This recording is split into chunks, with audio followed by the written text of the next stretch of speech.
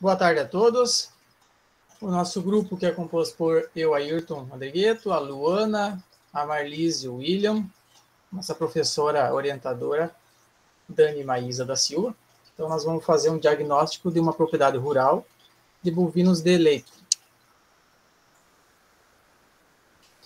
Bom, então a propriedade que a gente escolheu para fazer o diagnóstico é uma propriedade que está localizada em Tiradentes do Sul, uma propriedade que possui em torno de 30 hectares, 30 hectares mesmo de área, de terra.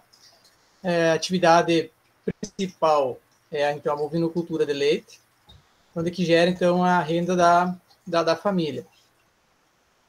Contém 30 bovinos, todos da raça holandesa. São 30 vacas em lactação atualmente e 10 novilhas, num total então de 40 cabeças. A alimentação desse gado então é de origem de pastagem, através de piquetes de cultura perene, ou seja, de grama Tifton, né? Baseado nessa alimentação. E também tem alimentação por silagem, também é feito nessa área, e as pastagens de inverno, e aí são aveia e azevém. São feitos piquetes próximos, então, para evitar o deslocamento desses animais, para não ficarem caminhando tanto, né? Porque isso desgasta o animal e tende a produzir menos. A água também é da propriedade, um poço próprio, água de boa qualidade, e a alimentação ainda é composta por ração, que é comprado direto de fábrica. A propriedade tem instalações para animais, sendo elas, então, uma sala de ordenha, sala de alimentação, construído mais ou menos há uns 12 anos, e em anexo, então, uma sala do leite, onde fica o resfriador e o gerador de luz, caso falte, né, a energia. Além da sala de medicamentos, então, para o tratamento dos animais. Tem um galpão construído há aproximadamente 8 anos, onde ficam as sementes, adubos, agroquímicos e maquinário, então, para os tratos culturais das lavouras.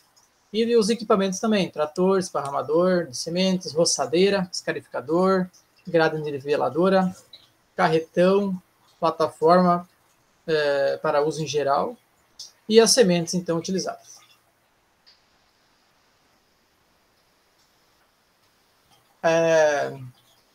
A questão financeira da família, então.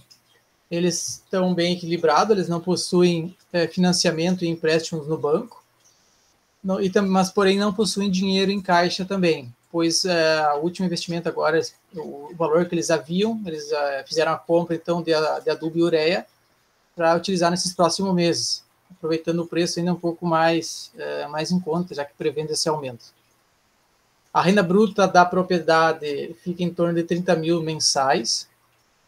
Isso, então, como é bruto, aí, então, tem todo o pagamento das despesas, desde despesas da produção de leite, como despesas da casa, né? Sobrando, então, o valor líquido para eles. A mão de obra utilizada na propriedade toda familiar, né? Principalmente ali na utilização, por exemplo, das instalações de piquetes, das pastagens, adubação, roçagem, e todos os outros serviços pertinentes à manutenção e higienização das salas, equipamentos de extração do leite. A contratação de mão terceirizada, então, ocorre nas atividades mais da lavoura, atividades mais como semeadura de milho, aplicação de defensivos, colheita e preparo da silagem.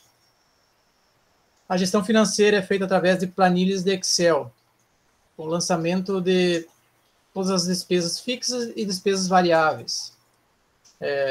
Aí, nesse caso, se faz o cálculo, então, do valor bruto, daí, descontando os gastos, você vai se obter o valor líquido, que eles podem, então, utilizar entre eles e para possibilitar futuros investimentos. A família tem uma conta junta, então, onde eles, se tem essa administração de todos eles, podem usar esse valor. A produção, então, da bovinocultura de leite, ela é vendida para uma empresa de laticínio, onde, então, é recebido pela produção a qualidade do produto. A família, então, ela vê a necessidade da compra de terra, né, para conseguir aumentar o seu rebanho e, consequentemente, aumentar também a produção. Então, a família está trabalhando, então, no limite máximo do rebanho por hectare, e se aumentar, então, o número de animais sem aquisição de novas áreas de terra, vai ser necessário fazer um arrendamento ou a compra de alimentos para fora da propriedade. Então, a área total da propriedade, como é de 30 hectares, né? Então, desses 30 hectares, 8 hectares, então, é utilizado para milho, safra e safrinha. Então, totalizando 16 hectares, né, para produção de silagem. 3 hectares de pastagens perene, então, é utilizado, né, para pastagem. 3 hectares, então, é utilizado para pastagem perene, né, sendo, então, a grama tifton, e 7 hectares, então, é usado para pastagem anual, né, sendo composta de aveia e azevém no inverno. A propriedade, ela também conta com 1 hectare de eucalipto e 10 hectares de mata nativa, e também 1 hectare onde verão, então, as benfeitorias da propriedade. A área de eucalipto, ela foi implantada, então, como uma ideia de aproveitar a área declivosa, né, onde não há possibilidade, então, da entrada de maquinários e de animais. O relevo, então, da propriedade, ele é bem irregular, ele contém, então, algumas áreas planas e outras com declives variados, e o solo, ele necessita de melhorias na sua fertilidade, pois ele recebe, né, os animais no pastoreio, e colaborando assim na compactação e a retirada da maioria da vegetação, que deveria ser, então, para um aumento da matéria orgânica. Nas áreas de milho, no verão, é retirado tudo, então, para silagem, safra e safrinha, e posteriormente é plantado as pastagens de inverno, né, para os animais. E a área, ela dificilmente fica palhada no solo, então é feita a cada 2 anos a análise do solo, então, né, que é para correção quando for necessário. A mão de obra, ela é familiar, né, como o Ayrton já falou, e é composta, então, por 3 integrantes, um homem e 2 mulheres. E eles trabalham, em média, 10 horas diárias, cada um, né? Então, o milho que é plantado, ele é para silagem em uma área de 8 hectares. Então, né, como já foi falado, para safra e safrinha.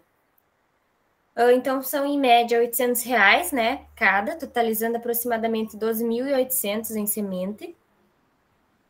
E já o adubo para semeadura, ele é utilizado na formulação NPK 10, 30, 20. E em média, então, são 100 sacas, com o valor de 195, então, cada saca, né, cada bolsa. E isso, então, vai totalizar um valor de 19.500. E a ureia, então, são semeados na cobertura em torno de 90 sacas, totalizando um valor de 13.950, né, sendo R$155 cada saca, então. Então, na lavoura, é necessário fazer o controle das cigarinhas, que elas atacam a pastagem de grama e a lavoura de milho. E para esse controle, então, é utilizado entre 2 a 3 aplicações de inseticida. Para fazer o controle também das plantas daninhas, é realizada, então, a aplicação de defensivos, sendo este uma vez por safra de milho e ciclo de grama. E a produção, então, de massa verde para silagem por hectare, ela gira em torno de 50 toneladas, totalizando, ao todo, 800 toneladas. Mas isso, então, ela tem variação, dependendo do ano, pois tem fatores que afetam. Um deles é o clima e o armazenamento, então, desse milho, dessa silagem. Ele é feito em silo coberto com lona, que gera um custo médio de R$3.500 ao ano de despesas, então também com tratores. Para deixar tudo pronto, fica em torno de 12 mil, do início até o fim do ciclo do milho. E a grama Tifton, então, ela foi plantada através da propagação de mudas, aproximadamente 6 anos atrás. Atualmente, então, possuem aproximadamente 3 hectares, e essa pastagem, então, ela não tem incidência de doenças, e é realizada adubação a lanço, por ser pastejo de animais, porém a quantidade que é aplicada não se tem um valor específico para dizer, é aplicado tanto de NPK. E as pastagens anuais, então, como a aveia e a azevém, elas são cultivadas em 7 hectares e a semente toda ela é comprada e seu valor ela varia, depende conforme o fornecedor e conforme o ano.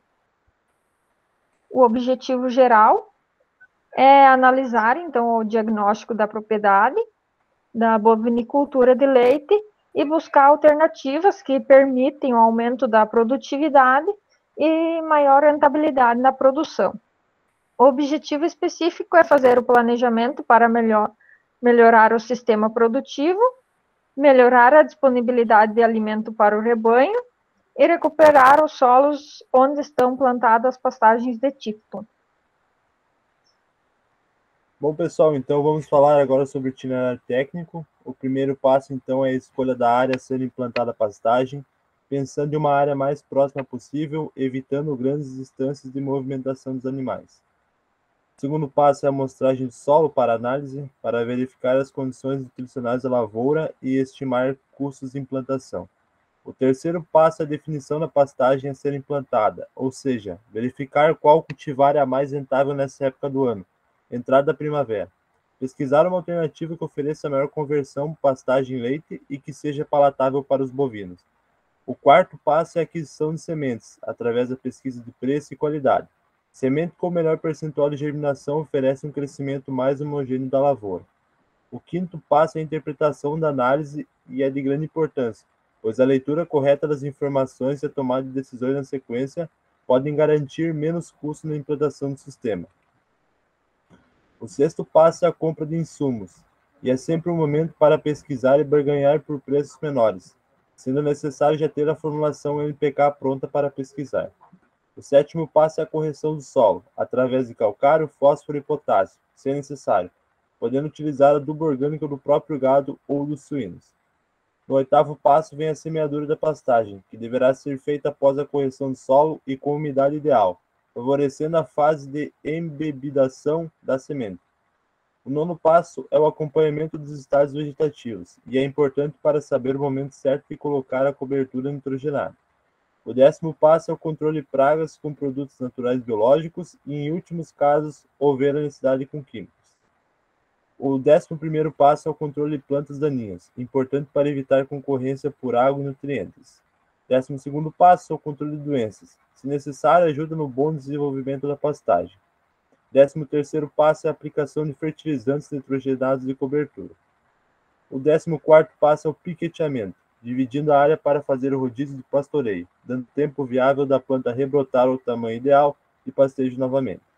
O 15º é o controle na altura da pastagem para a entrada dos animais, pois no estágio muito inicial, os animais podem arrancar as plantas. O 16º é o controle na altura da pastagem, e assim para fazer a retirada dos animais, não deixando os animais comerem até o chão, pois isso dificulta ou impede o rebrote das plantas. O 17º é a rotação dos animais dos piquetes feitos com fios lisos com choque. E o 18º é a aplicação de fertilizantes nitrogenados para recuperação e reposição da energia. Bom, pessoal, esse é o nosso trabalho e agradeço pela atenção de todos.